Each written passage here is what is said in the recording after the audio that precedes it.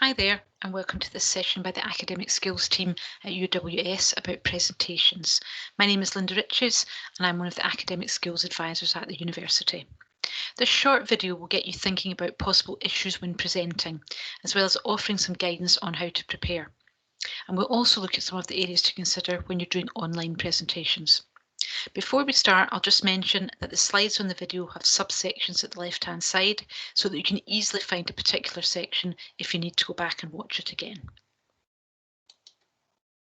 The first thing to think about with a presentation is that you need to plan that presentation. So remember, it's like any other piece of assessed work. It needs to be planned, it needs to have a clear structure that's logical, coherent, and signpost clearly so that the audience know what is coming. So look at any guidelines that you've been given. These might include how long you have to talk, a maximum number of slides, and whether you'll be expected to answer questions at the end. And remember the balance of your presentation. So in terms of length, you want to ensure you've got the right amount of information. You don't want too much information, and you don't want too little. You'll probably be expected to provide references in a presentation, so do double check with your lecturer. References in the main body of the presentation and in a list at the end may be required.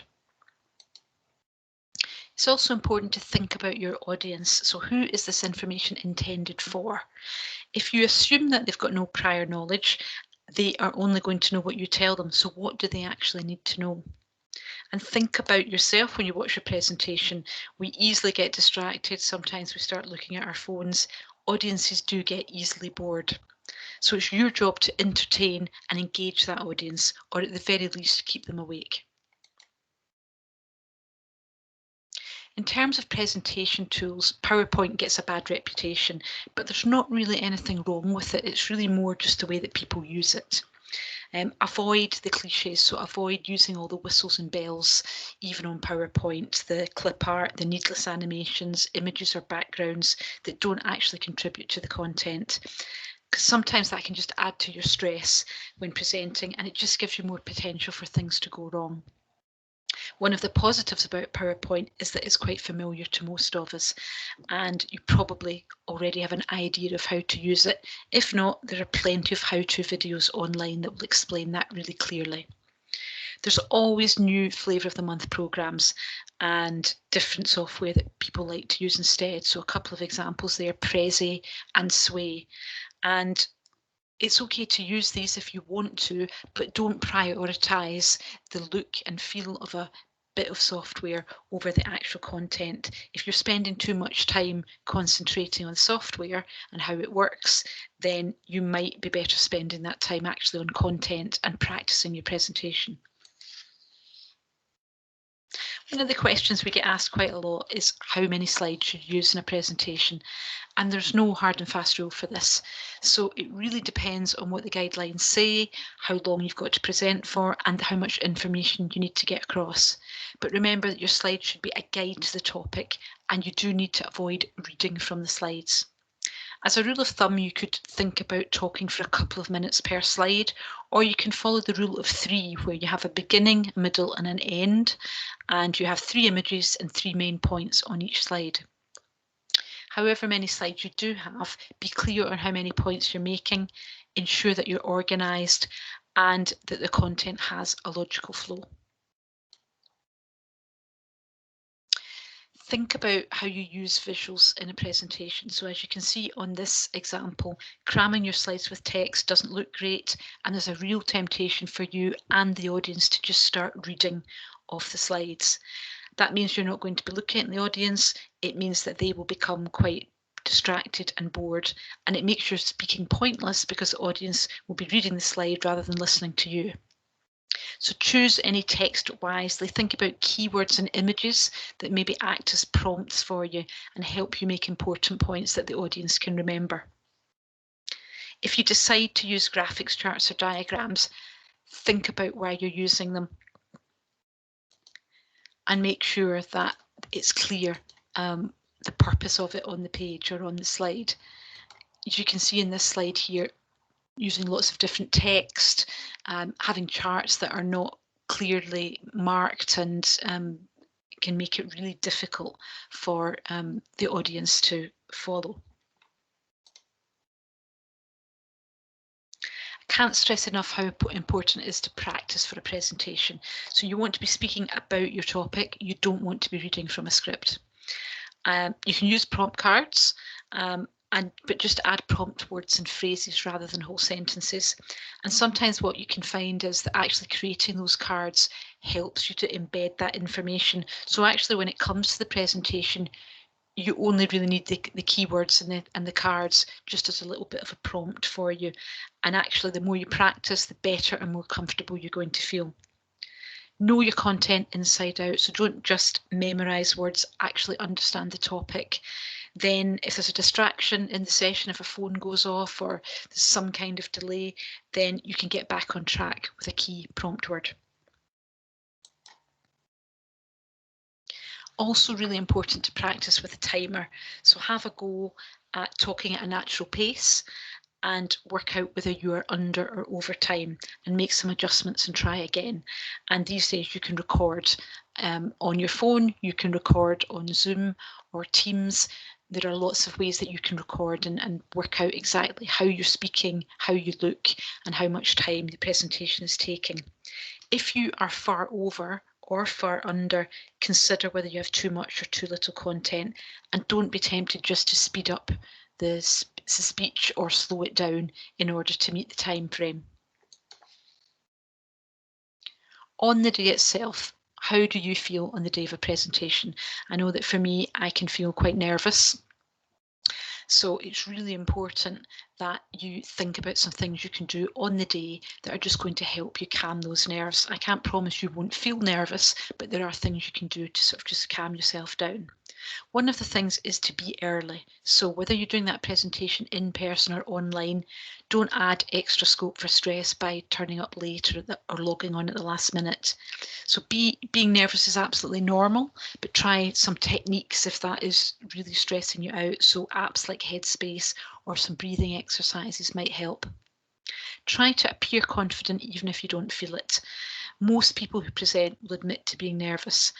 But what the best presenters do is they prepare as much as possible so that when they speak, they sound confident, even if they're not inside. If you're doing the presentation in person, it's a really good idea to check out the room beforehand, know where to go, how big it is, and the layout. And if you're presenting online, make sure you know how to log on to the particular platform and know how to share your screen so that everyone can see the presentation. The more familiar you are with what is required, the more confident and relaxed you're going to be. It's always a good idea to have a plan B just in case anything goes wrong. So make sure your presentation is accessible in a variety of formats, so such as on a USB stick, laptop, maybe email it to yourself.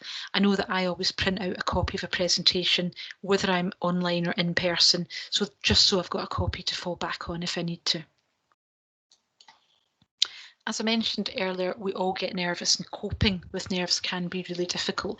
One of the things some people recommend is adopting a power pose. So like the pose in the slide there of adopting this confident pose a few minutes before you actually go on stage or go online to present. And the idea of that is that it helps your stress hormone cortisol drop and it helps you to cope better with that stressful situation. So it might be worth giving it a try and seeing if that helps just calm you down. Think positive, that you know your stuff, you know what you need to present, and you can do that in a confident way. Voice and eye contact is really important. Your mouth, if you think of it like a cathedral, if you open your mouth and make space, that prevents mumbling. So make sure you're clear and articulate when you're speaking. Remember to breathe. And imagine that you're speaking to someone at the back of the room. So maybe imagine a point at the back of the room or a person at the back of the room and choose a spot on the back wall and speak to that point at the back of the room. And that can help make your voice clearer. Also try and sweep the room as you're talking so that it looks as if you are including everybody.